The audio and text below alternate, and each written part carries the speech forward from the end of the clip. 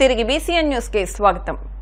September 1వ తేదీన ఆదివారం వస్తున్నందున ముందు రోజు శనివారం పెన్షన్లు అందజేయాలని నిర్ణయించినట్టు గూడూరు ఎమ్మెల్యే సునీల్ కుమార్ తెలిపారు. పెన్షన్ల పంపిణీ కార్యక్రమంలో అధికారులు, ఎన్డీఏ కూటమి పార్టీల నాయకులు పాల్గొని లబ్దిదారులకు పెన్షన్లు అందించాలని సూచించారు. తిరుపతి జిల్లా గూడూరులోని ఎమ్మెల్యే సునీల్ కుమార్ నివాసంలో ఆయన మీడియాతో మాట్లాడుతూ శనివారం ఉదయం 6 నుంచే పెన్షన్ల పంపిణీ మొదలవుతుందని తెలిపారు. అందుకే పెన్షన్దారులందరూ అందుబాటులో ఉంటూ అధికారులకు సహకరించాలని కోరారు. నియోజకవర్గ ప్రజలందరికీ కూడా నమస్కారం.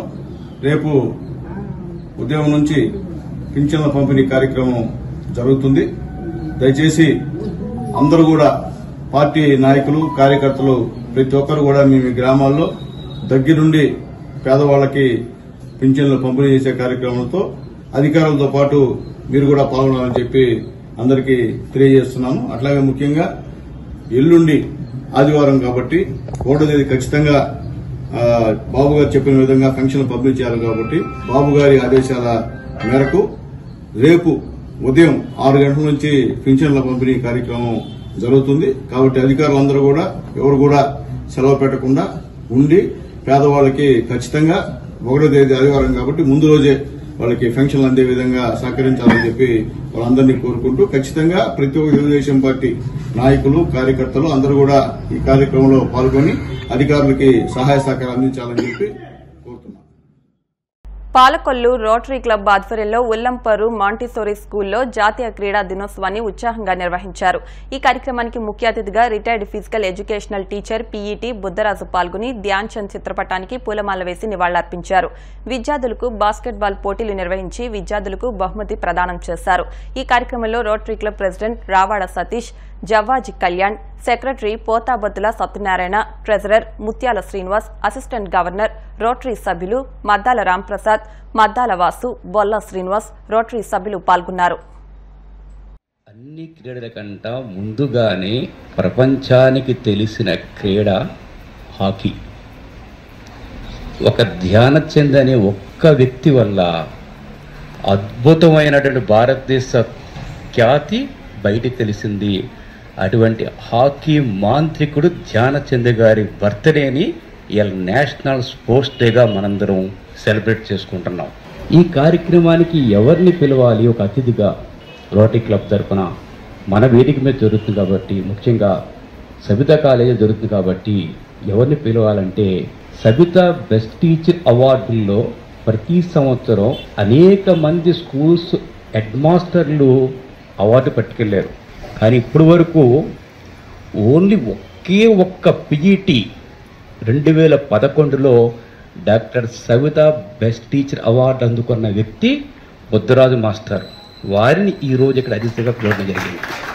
స్పోర్ట్స్ కోటాకు ఉన్నటువంటి ప్రాధాన్యత, ఒక స్పోర్ట్స్ కోటా ఉంటే అది గవర్నమెంట్ జాబ్ కావచ్చు, ఇంజనీరింగ్ సీట్లు కావచ్చు, అనేకంగా తెచ్చుకునే అవకాశం ఉంటుంది.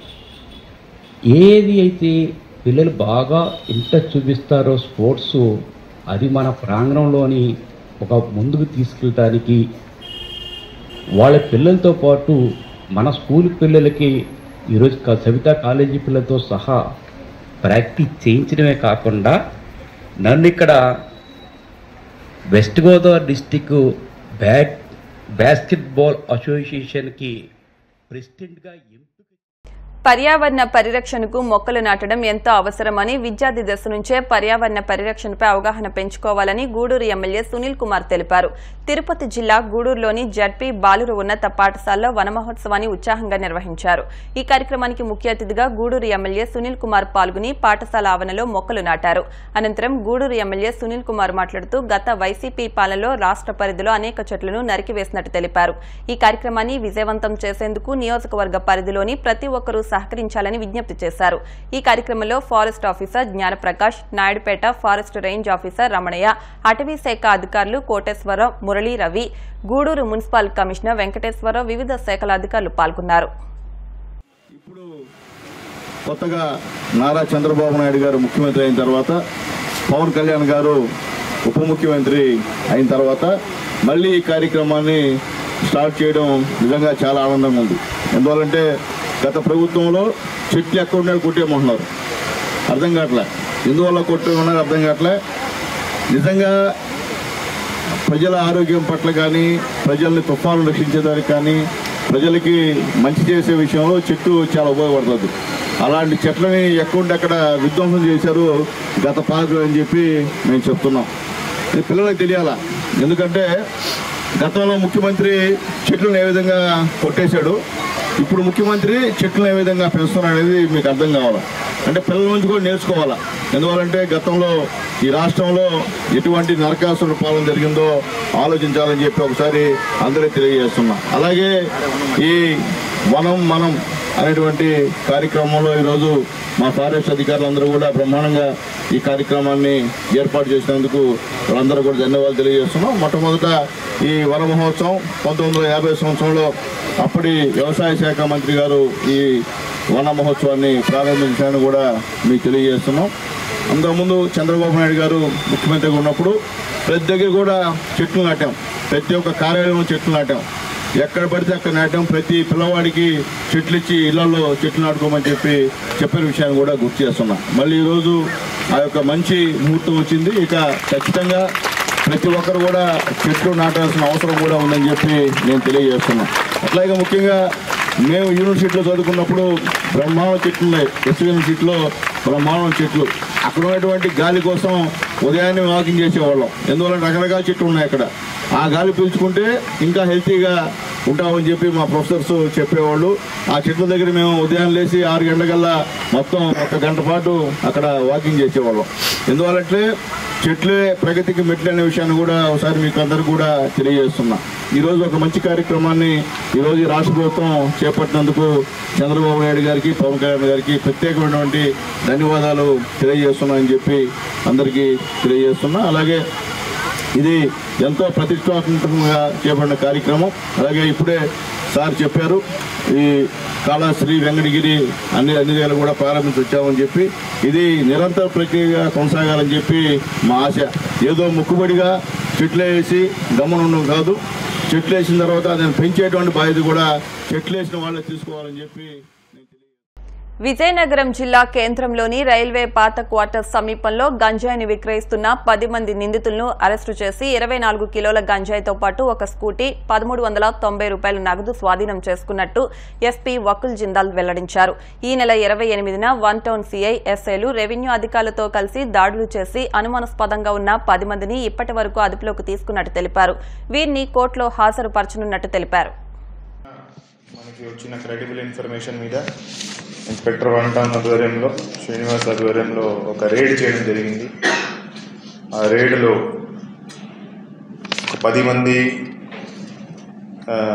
గాంజా పెడ్లర్స్, కన్జ్యూమర్స్ దగ్గర ఒక 24 kgs గాంజా, ఒక బైక్ అక్కడ స్పాట్ మీద సీజ్ చేయడం జరిగింది.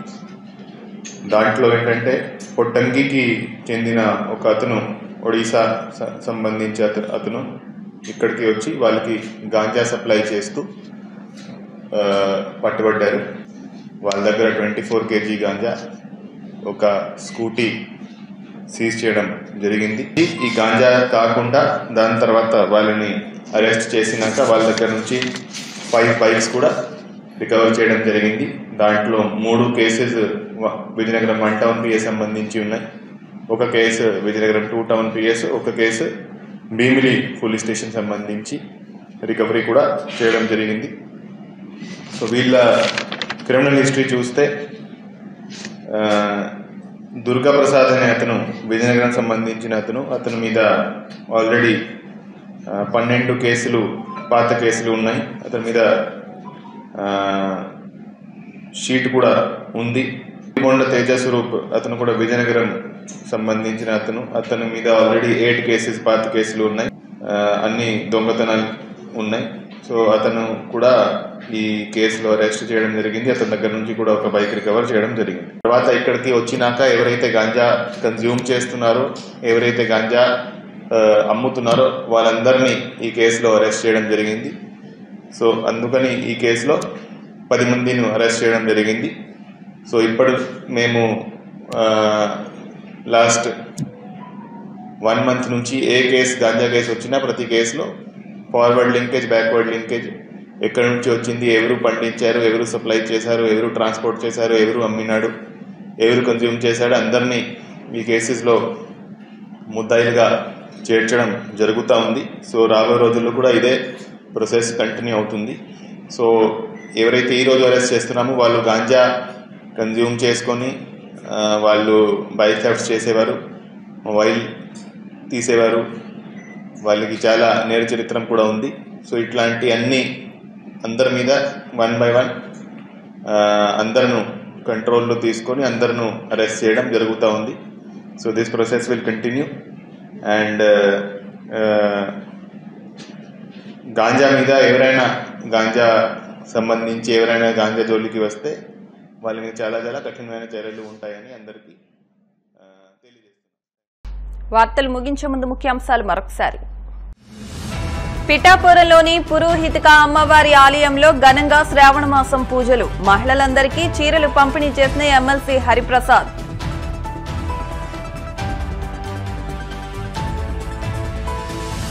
ద్రాక్షారామం భీమేశ్వర స్వామి ఆలయంలో శ్రావణ మాసం పూజలు. పూజలో పాల్గొన్న 5,000 మంది మహిళలు.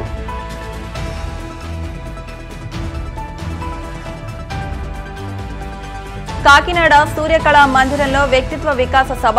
జీవిత సత్యాలను వివరించిన మహాసహస్రావధాని గరికపాటి నరసింహారావు.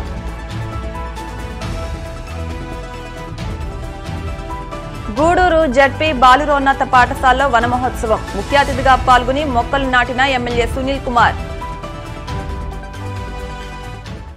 ఈ వార్తలు ఇంతటితో సమాప్తం. మరిన్ని వార్తల కోసం BCN digital YouTube channel, Facebook page follow అవ్వండి. అప్డేట్ వార్తల కోసం ప్లీజ్ సబ్స్క్రైబ్.